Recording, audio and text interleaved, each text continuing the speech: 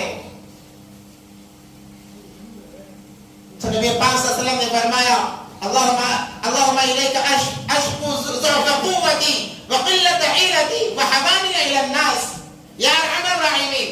اللہ آپ نے مجھے کن لوگوں کے حوالے کیا ہے, یہ دیکھ اللہ انہوں نے میرا مار مار کیا حال کر دیا ہے, انہوں نے مجھ پر رحم نہیں کیا, رشتہ داری کا کوئی لحاظ نہیں کیا. اے اللہ میری کیا حالت ہوئی ہے دیکھ لے. مگر اے اللہ میں مخلوق کا سوال نہیں کرتا, اگر تو راضی ہے, اللہ تو راضی ہے, مجھے کسی کی کوئی پرواہ نہیں ہے, تو راضی ہو جا, میں نے یہ تیرے لیے کیا ہے.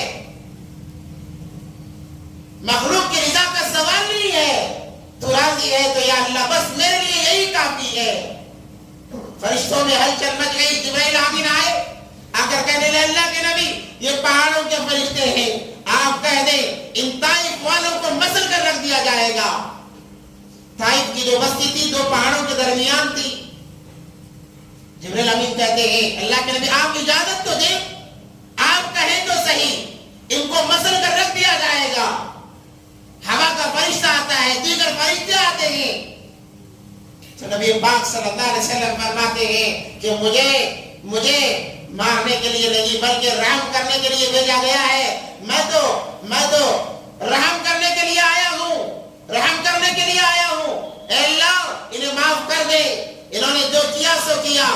یہ نہیں تو ان کی اولاد میں سے کوئی ایسا نکلے گا جو ایمان قبول کرے گا. قربان جائے نبی پاک صلی اللہ علیہ وسلم کی ذات اقدس پر, اس نبی کے ہم امتی ہیں. آج ہم میں سے بھائی پر رحم کرنے کے لیے تیار نہیں ہے.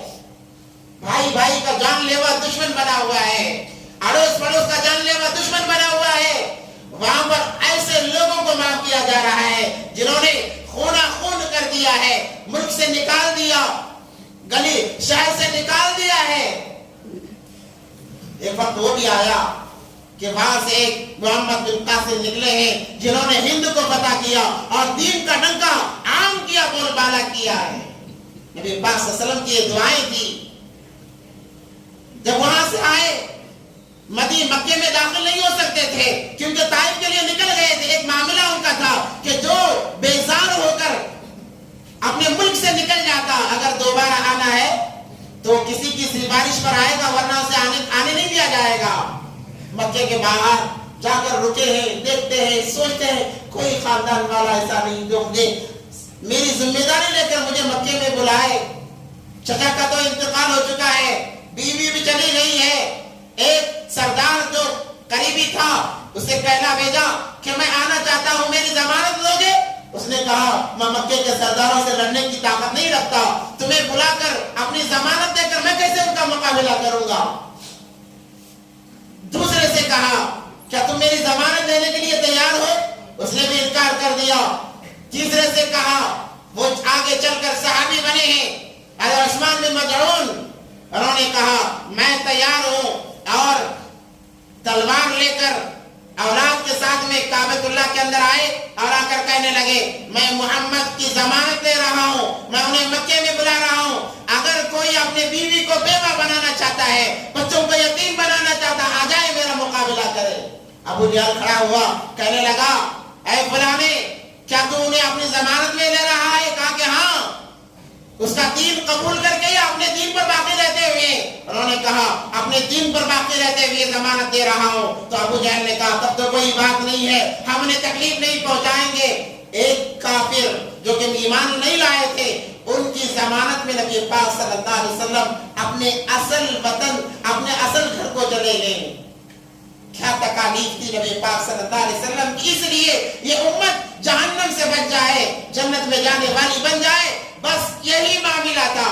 ہر نبی کو ایک دعائیں خاص دی گئی ہے, ہر نبی نے اس دعا کو اپنا لیا, قبول کرا لیا, مگر نبی پاک صلی اللہ علیہ وسلم نے اس دعا کو محفوظ رکھا. کہا جب قیامت کے میدان محشر میں میری امت جہنم کی طرف جائے گی, میں اس دعا کا استعمال کروں گا اور اللہ کے دربار عاجزی کروں گا, الہامزاری کروں گا, اور اپنی امت کو جہنم سے بچا کر جنت میں داخل کراؤں گا.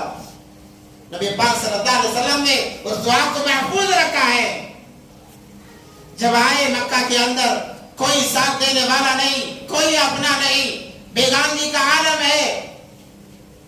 ام ہانی جو چچا زاد بہن ہے ان کے گھر میں جاتے ہیں اور جا کر آرام فرماتے ہیں.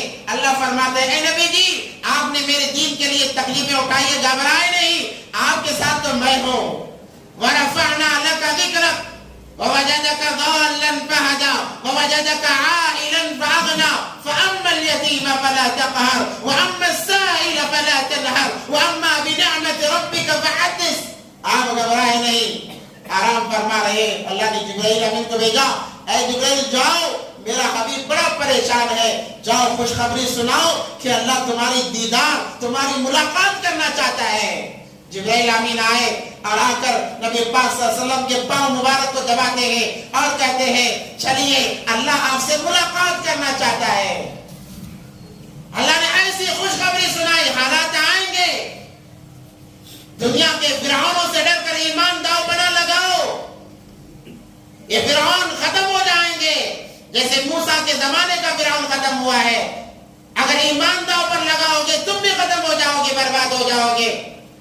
ذرا صبر کرو، جو مسلمان صبر کرتا ہے اللہ نے فرمایا ان اللہ مع الصابرین، اللہ ہمیشہ صبر کرنے والوں کے ساتھ ہوتا ہے۔ اس کے بعد میں اللہ نے وہ مقام عطا فرمایا کہ معراج جیسا تحفہ نبی پاک صلی اللہ علیہ وسلم کو اللہ نے عطا فرمایا۔